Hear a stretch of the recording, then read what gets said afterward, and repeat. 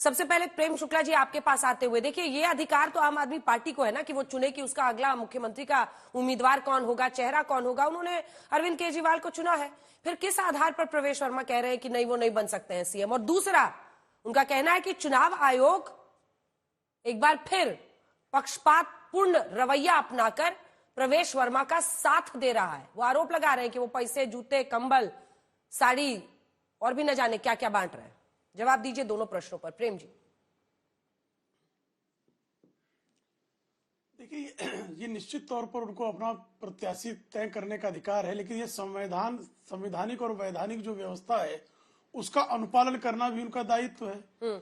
और ये सबके सामने है कि सुप्रीम कोर्ट ने जिस आधार पर श्रीमान अरविंद केजरीवाल शराब घोटाले के अभियुक्त को जमानत दी है, उस जमानत की शर्तों में वो मुख्यमंत्री कार्यालय अटेंड नहीं कर सकते हैं, सचिवालय नहीं जा सकते हैं, आधिकारिक फाइलों पर सिग्नेचर नहीं कर सकते हैं, मुख्यमंत्री के रूप में काम नहीं कर सकते हैं।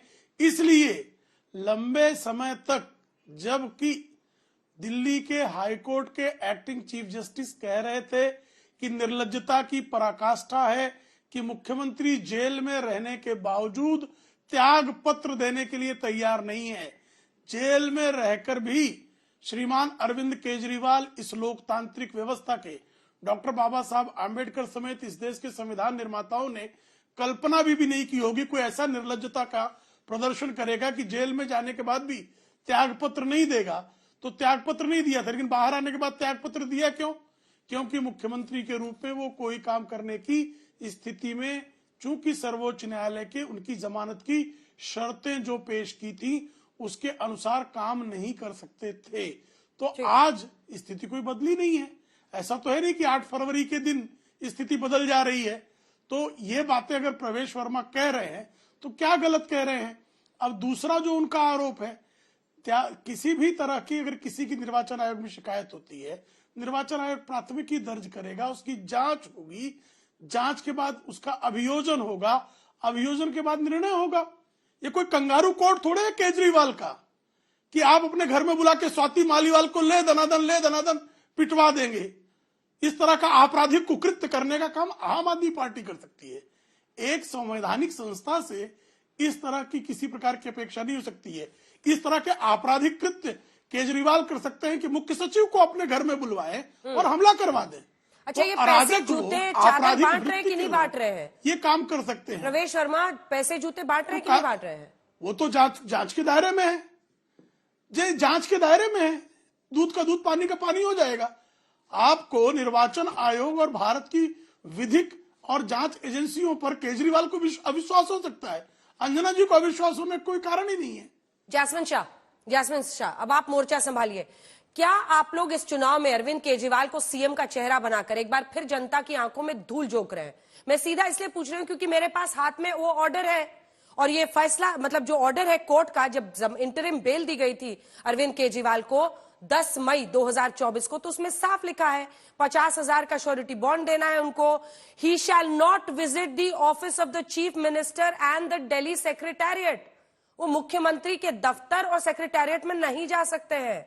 He shall be bound by the statement made on his behalf that he shall not sign any official files unless it is required। मतलब ऑफिशियल फाइल पर वो साइन नहीं कर सकते जब तक एलजी से कोई परमिशन लेने की जरूरत ना हो। He will not make any comment with regard to his role in present case। मतलब इस केस पर कुछ नहीं कहेंगे। He will not interact with any of the witnesses or have access to any official files। तो फिर काहे का सीएम? जो मुख्यमंत्री दफ्तर ही नहीं जा पाएंगे, जो सेक्रेटेरिएट ही नहीं जा पाएंगे, तो फिर ऐसे में क्या होगा? दिल्ली को एक बार फिर आप अनिश्चितता में तो झोंकना चाहते हैं। अंजना जी, मैं आपके सारे सवाल का जवाब दूंगा, लेकिन पहले ये सुनकर बड़ा दुख होता है कि भाजपा के प्रवक्ता यहाँ पर बैठ के अंबेडकर जी की बात करते हैं, उनका नाम भी लेते हैं। पूरे देश ने देखा जैसे संसद में अंबेडकर जी का जो अपमान हुआ, और बार बार उसके बाद भाजपा ने अब तक माफी नहीं मांगी। आप संसद में बोलते हो कि अंबेडकर का नाम नहीं लेना चाहिए, गलती हो जाएगी, उससे आप स्वर्ग नहीं जाओगे, और यहाँ पे आके आप बोलते हैं कि अंबेडकर का संविधान बचाने के लिए आप यहाँ पे बात कर रहे हो। शर्म आनी चाहिए पहले आपको। दूसरी चीज देखिए, ये जो घूम फिर के वापस आ रहे हैं अरविंद केजरीवाल, जो ये क्यों इतने बौखलाए हुए? क्योंकि उनको पता है उनके पास ना कोई दूल्हा है, ना कोई मुख्यमंत्री चेहरा है। सबसे वीक विकेट पे ये लोग दिल्ली का चुनाव खेल रहे हैं। ना कोई नैरेटिव है, ना दिल्ली के लिए कोई विजन है। केवल सुबह शाम गलत फहमी, गाली गलौज करना अरविंद केजरीवाल जी के खिलाफ। लेकिन अंजना जी, आपने सवाल पूछा, मैं इसका जवाब दे देता हूं। क्या सुप्रीम कोर्ट के ऑर्डर में लिखा है कि आप मुख्यमंत्री नहीं बन सकते? क्या ये लिखा है? नहीं लिखा है।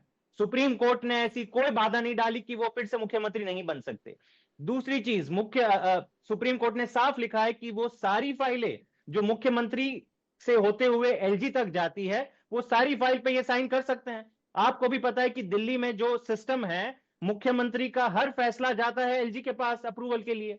तो ये तो सच्चाई है ना, इसमें कोई बात। लेकिन इनको घुमाना इसलिए है क्योंकि उनको खुद को पता है कि आपके पास कोई दावेदार है नहीं, कोई बेइज्जत होना नहीं चाहता। मुख्यमंत्री कह दो कि नहीं मैं मुख्यमंत्री बनूंगा, और लेकिन पता चला खुद अपनी सीट हार गया।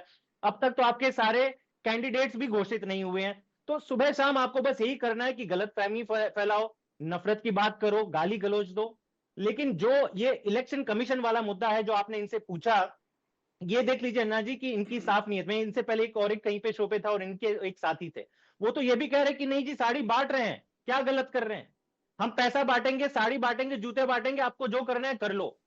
तो ये नियत है इनकी इनकी ये नौबत आ गई। 10 साल से इनका केंद्र में राज है। कितनी ताकत है केंद्र सरकार को, पूरा लॉ एंड ऑर्डर उनके अंदर आता है। चाहता तो वो कह देते आज दिल्ली की जनता को कि हमने आपके लिए इतने बड़े काम किए, महिला सुरक्षा के लिए ये किया, बाकी सारे लॉ एंड ऑर्डर पे क्या किया। लेकिन नहीं, जूते चप्पल बांटेंगे। और जब इलेक्शन, और ये सारी तस्वीरें तो कैद है, आप खुद दिखा रही हैं, आप देखिए जूते दिखा रही हैं आपके शो में, आपको दिखाई नहीं देता कि क्या चल रहा है। ये देश के इलेक्शन कमीशन क्या सारे कानूनों की धज्जियां उड़ रही हैं, और वो भी दिल्ली में, सबसे centre of heart of India में। और भाजपा यहां पे ये तक नहीं कह पाती कि नहीं भाई हम इसकी निंदा करते हैं।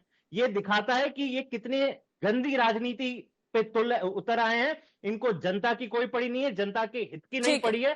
सुबह शाम केवल मैं इसका जवाब प्रेम शुक्ला जी आपसे लूंगी, लेकिन उससे पहले अभय दुबे जी आपके पास आते हुए, अभय दुबे जी आपके पास आते हुए 6 महीना भी नहीं बीता है जब ये इंडिया गठबंधन से पूछा जाता था कि आपकी तरफ से कौन उम्मीदवार होगा। और जासमिन शाह साहब, मैं आपके फ्लो को रोकना नहीं चाहती थी, इसीलिए मैंने टोका नहीं कि दूल्हा कौन होगा।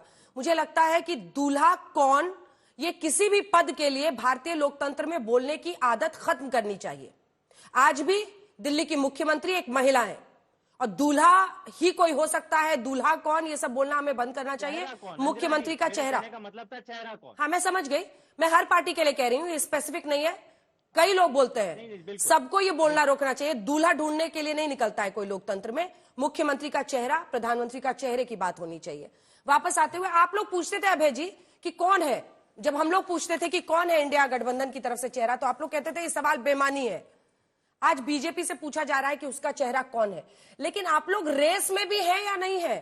संदीप दीक्षित, अच्छा बात है, वो अपनी लड़ाई लड़ रहे हैं अपनी मां की सीट पर, लेकिन आपकी पार्टी ने तो समझौता किया हुआ था। कोई भरोसा ही नहीं कर रहा कि कांग्रेस पार्टी इस बार कुछ कर पाएगी।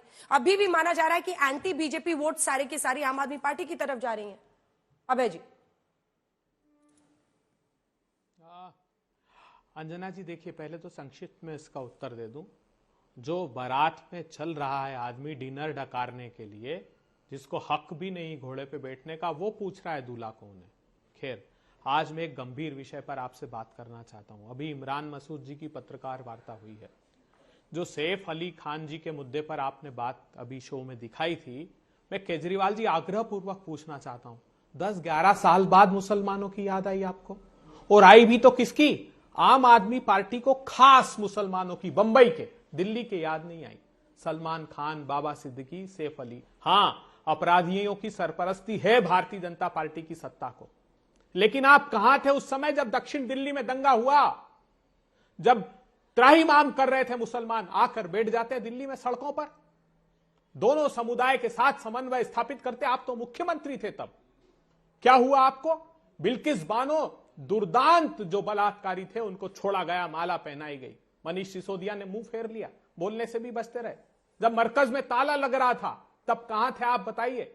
जब कुरान की बेअदबी हुई, आपके एमएलए ने प्रेस कॉन्फ्रेंस की आपने।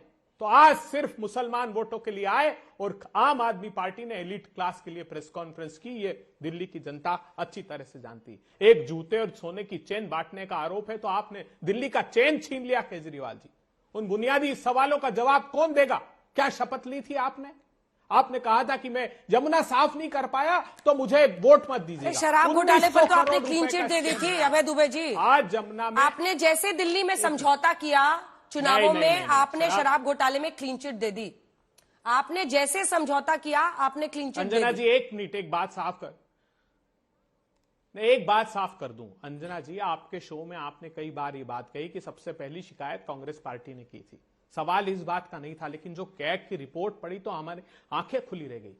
कार्टेलाइजेशन हुआ। कैग की रिपोर्ट में कहा कि ED price, x distillery price उस कंपनी ने तय की, खुद ने, कहीं किसी राज्य में नहीं होता। लेकिन खबर एक्सपर्ट कमेटी ने मना किया था। हाँ। इन्होंने उसी शराब बनाने वाले को, सुनिए ना, शराब बनाने वाले को छूट दे दी, कीमत तय करो, होलसेल का ठेका भी उसको दे दिया और रिटेल का ठेका एक्सपर्ट कमेटी ने कहा था 2 से ज्यादा लाइसेंस मत देना। इन्होंने 54 का प्रोविजन। 2000 करोड़ रुपए का स्कैम हुआ है।